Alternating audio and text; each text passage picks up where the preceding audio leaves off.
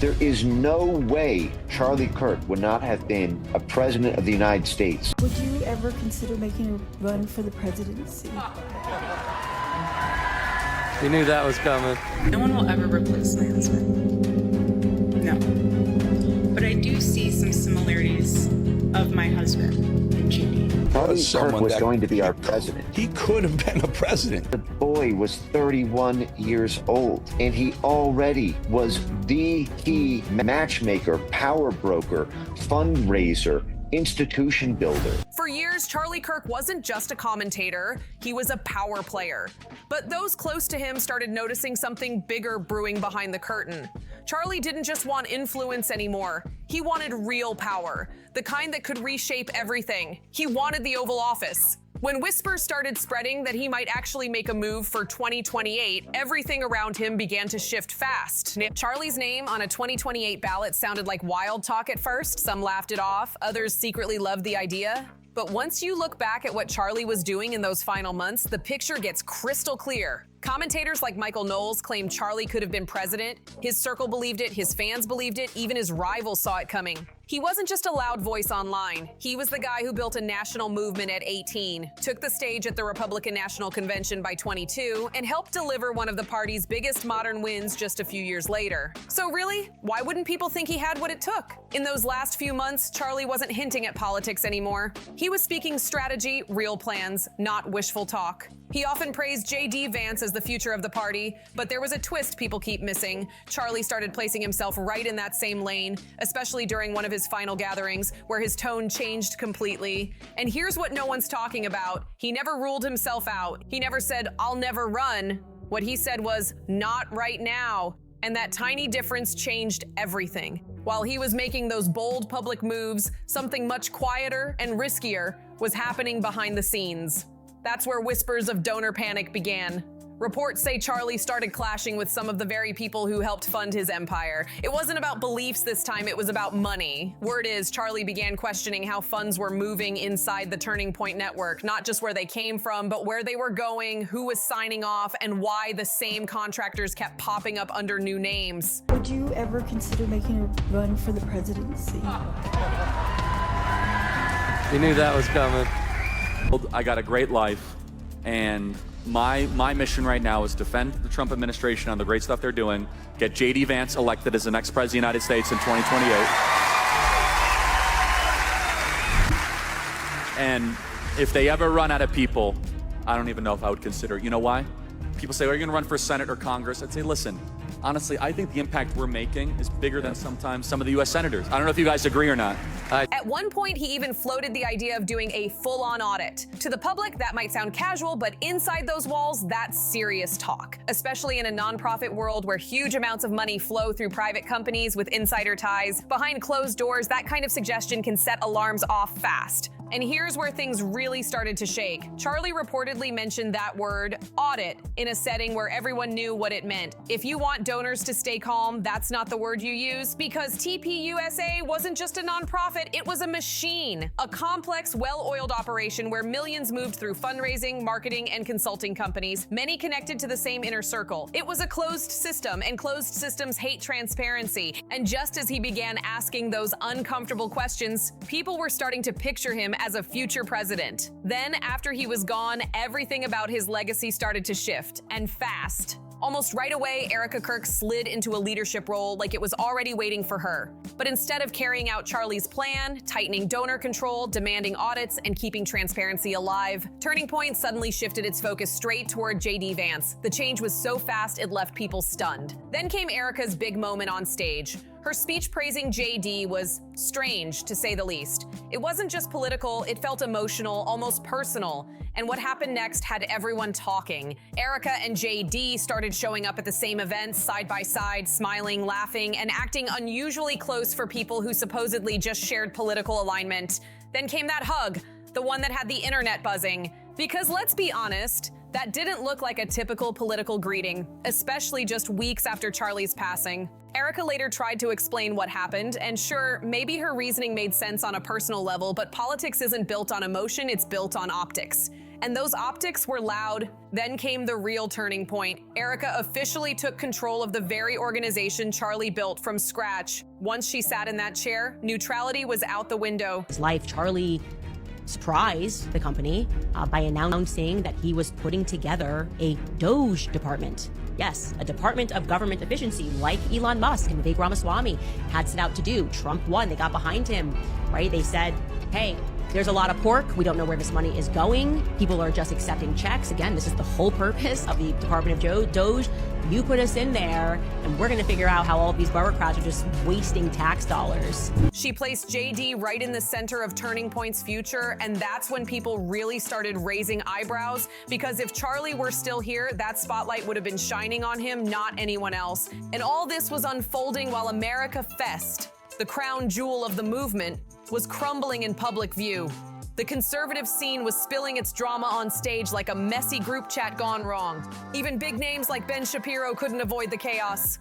After that chaotic turn, things inside Turning Point USA went from organized to unrecognizable fast. What used to be Charlie's empire of tight messaging and sharp discipline suddenly looked like a revolving door of power plays, rebranding efforts, and behind-the-scenes whispers. People close to the organization said it started feeling less like a movement and more like a takeover in progress. Erica Kirk's new leadership style wasn't just different, it was disruptive. Those who'd worked directly with Charlie said he ran things like a strategist, methodical, controlled, always aware of optics. But Erica, she led with emotion, surrounded herself with a new inner circle, and started rewriting the public image of Turning Point right before everyone's eyes. Suddenly, JD Vance was everywhere. His face on the stage banners, his quotes being used in official media, and his name constantly mentioned as the visionary voice of the next generation. For many inside the ranks, that move felt like erasing Charlie's fingerprints. Reports say longtime staff members were quietly replaced, contracts reshuffled, and a whole new set of consultants appeared, many of whom had no known connection to the original team. And here's the wildest part. Some of them had previously worked for firms tied to the same donors Charlie had reportedly been questioning. It looked like the same machine he wanted to audit had just upgraded its armor. People began noticing another pattern. Anyone who brought up Charlie's plans, notes, or final initiatives suddenly found themselves pushed to the sidelines. It was as if his unfinished projects were being scrubbed from memory. The Charlie 2028 whispers vanished, replaced by speeches about a shared future led by JD Vance's generation of conservatives. The irony? So to be clear, that was another point that they gaslit me on when I told you that it was unusual that 7 days before Charlie died, he said that he wanted to establish Doge, right? Tyler came out and lied, and he said, this is just totally regular.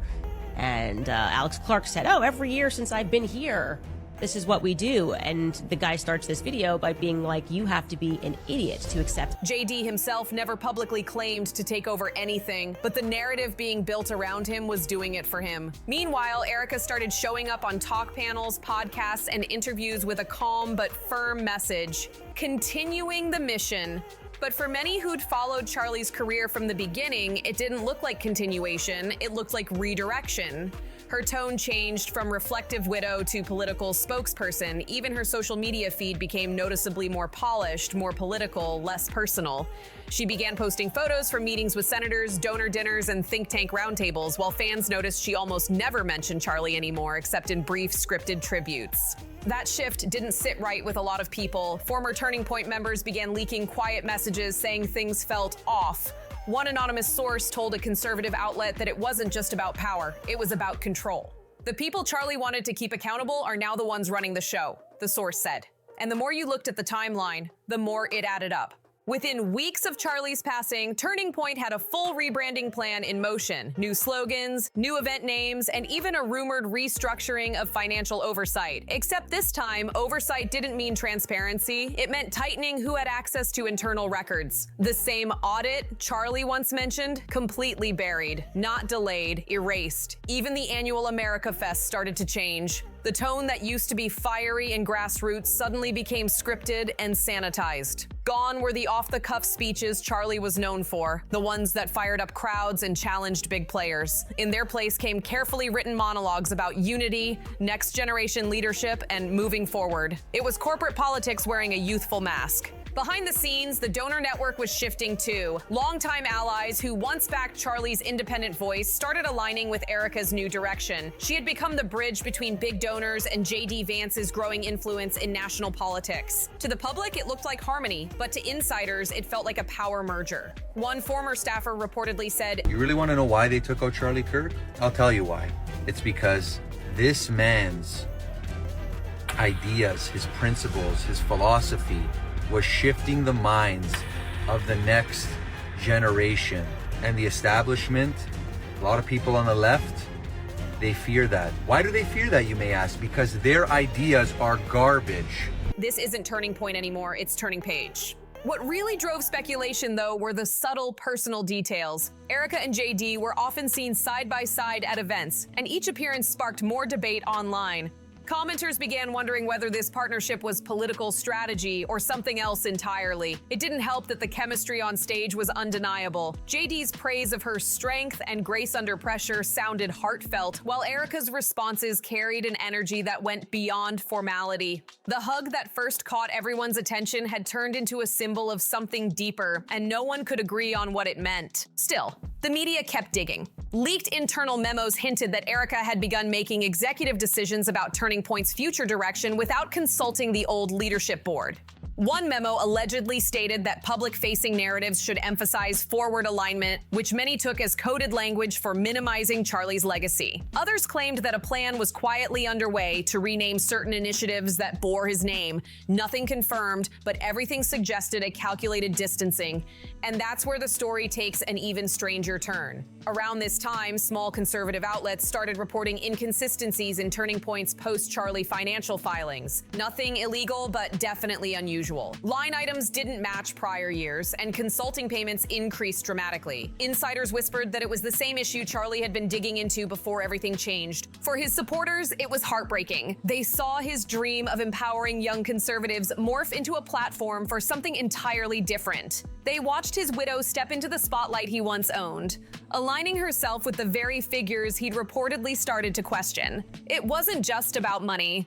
It was about rewriting a legacy. By the end of that year, the contrast was impossible to ignore. Charlie's influence still echoed in the movement, but the organization he created no longer looked like his vision. What used to be raw and rebellious now felt branded and rehearsed. The crowd that once cheered for Charlie's authenticity was now clapping for a polished show. That hug, so I will give you a play-by-play. Walking, they just played the emotional video. I'm walking over, he's walking over, I'm starting to cry. He says, he's so proud of you. And I say, God bless you. And I touch the back of his head. Give you a free hug anytime you want a hug. My love language is touch, if you will, but seriously. And yet deep down, one question lingered. If Charlie hadn't been taken from the picture so soon, would any of this have happened? Would Turning Point still be what it was meant to be? A grassroots force for change?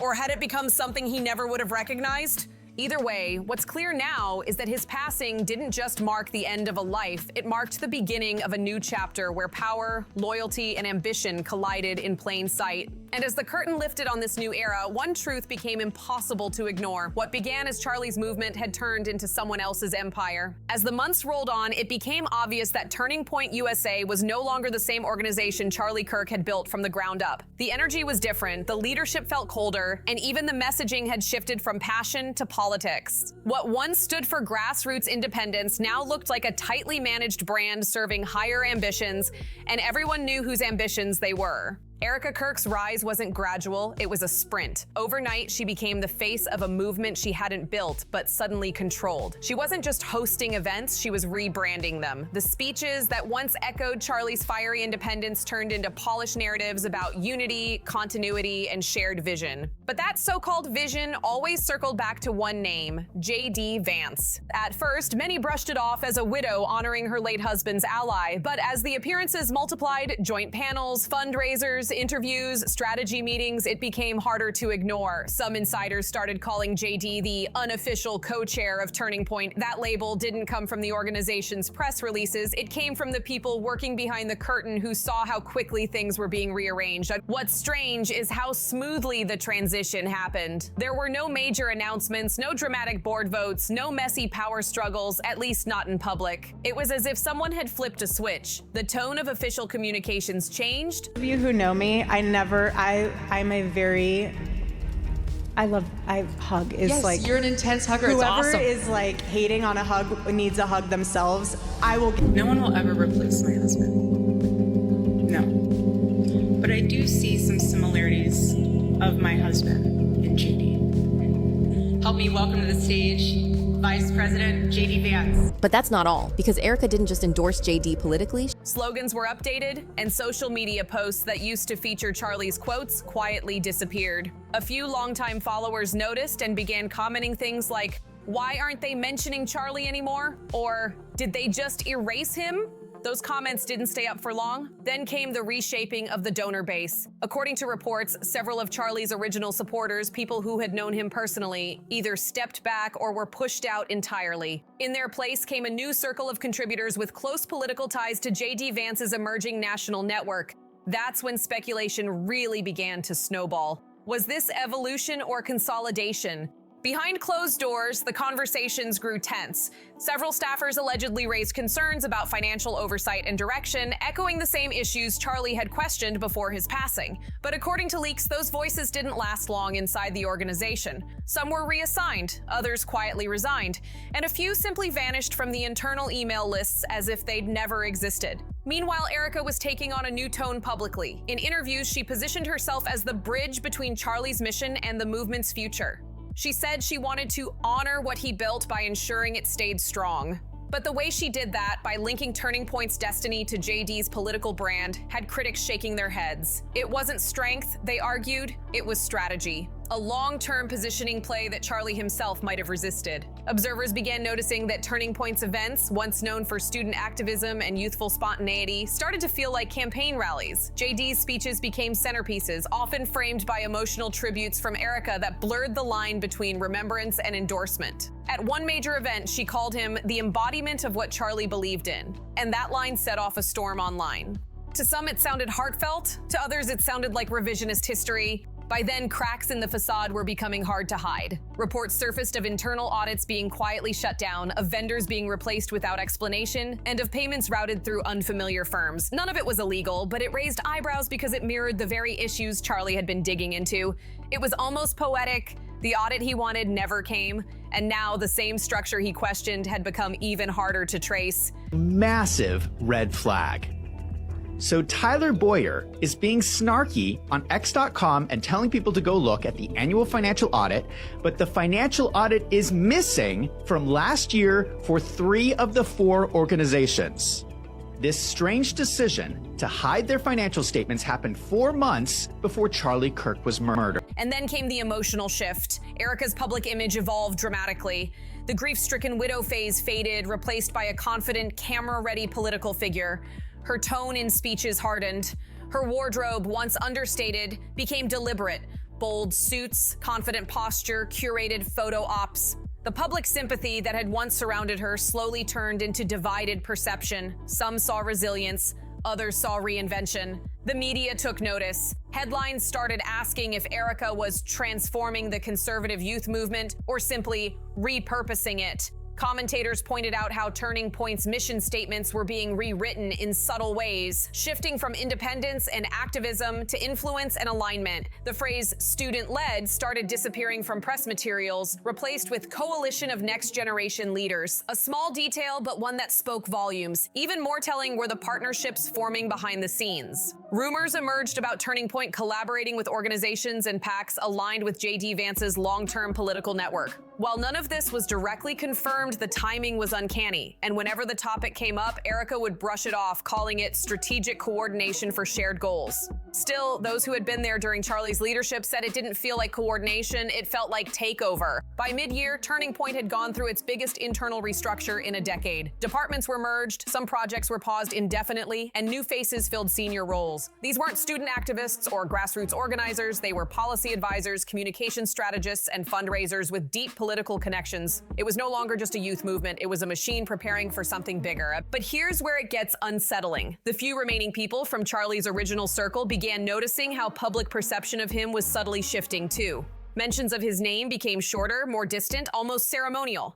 Founder, not visionary. Pioneer, not leader. Even his image on Turning Point's official materials was quietly updated. Smaller photos, softer colors, less presence. His legacy wasn't being erased outright, it was being diluted, rebranded. Meanwhile, Erica and JD's professional closeness continued to spark questions. Their chemistry on stage was undeniable, and their shared messaging only deepened speculation. Whether purely strategic or something more, it became part of the narrative that Turning Point couldn't control anymore. Social media users began digging, posting side-by-side timelines, comparing appearances, and asking what exactly was going on behind the cameras. Despite the chatter, Erica didn't back down. If anything, she leaned into the attention. She spoke with more confidence, defended her leadership, and continued linking the organization's mission to JD's broader national goals. To some, it was bold. To others, it was the final confirmation that Turning Point had officially changed hands in spirit, if not in name. By the time the year closed, one thing was undeniable. The Turning Point that had once belonged to Charlie was gone. What stood in its place was something new, sleek, ambitious, politically aligned, and tightly managed. For supporters who had joined during Charlie's early years, it felt like watching a grassroots dream morph into a corporate brand. But perhaps the most haunting part of all was the silence. No one inside the organization talked about what really happened. The people who had seen the shift unfold firsthand either stayed quiet or left completely, and those who remained smiled for the cameras, repeating the same talking points about legacy, vision, and future. In the end, it wasn't a scandal that changed everything, it was silence. The kind of silence that fills a room after the truth has already walked out. And somewhere in that quiet, the story of Charlie Kirk, the builder, the believer, the firebrand, was rewritten into something else entirely. A cautionary tale about power, loyalty, and how quickly a legacy can be taken over once its voice is gone. And the shots are flying everywhere. Candace Owens catches heat, Tucker Carlson fires back, and what used to be a tight-knit circle is now splitting in real time. But while all that drama explodes out front behind the scenes, Turning Point quietly picked a new path, and it wasn't Charlie's. They aligned with JD Vance's lane instead, and that choice said everything. Because here's the truth. Donors panic when someone inside their system stops following the script. They don't like founders who start thinking for themselves or asking questions that don't have pre-approved answers. And Charlie? He was becoming exactly that, his own power center. He wasn't just a figurehead anymore, he was stepping into full control. And that scared people who depended on predictability.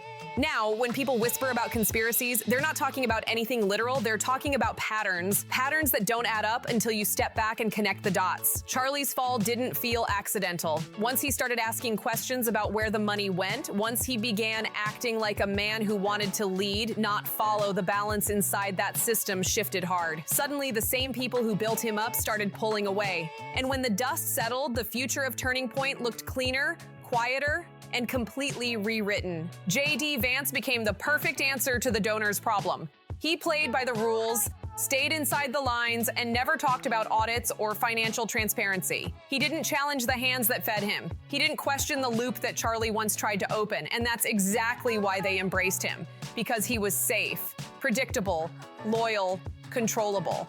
So it makes you wonder, was Charlie ever really meant to lead? Or was he supposed to hold the spotlight until someone else stepped into it? Because once you line up the timeline, the shift in power, the donor panic, the fast pivot to JD, it stops looking like coincidence. It starts looking like a plan that changed halfway through. The wildest part? The moment Charlie disappeared, the path cleared instantly. No confusion, no scrambling, just a seamless handoff to a new future face of the movement. It was almost too neat. JD became the chosen one overnight, and the narrative flipped as if Charlie had never even been in the running. His unfinished plans were buried, his questions forgotten, and the story repackaged to make everything look natural. Now JD stands tall at the center of that new era, a perfectly molded leader for the same machine Charlie once wanted to open up. The donors got stability, Erica got control, and the movement got direction. But at what cost? Because the truth beneath it all feels heavier than ever. Charlie's legacy, once filled with rebellion and vision, was replaced with silence and strategy. And everyone who knew him is left wondering if his only mistake was refusing to play by the rules. But hey, what do you think really happened here? Was Charlie just caught in politics' cold reality, or was he written out of a story he helped create? Drop your thoughts in the comments below because this conversation is far from over. Don't forget to hit like, share this with someone who needs to hear it, and subscribe so you don't miss what comes next. See you on the next one.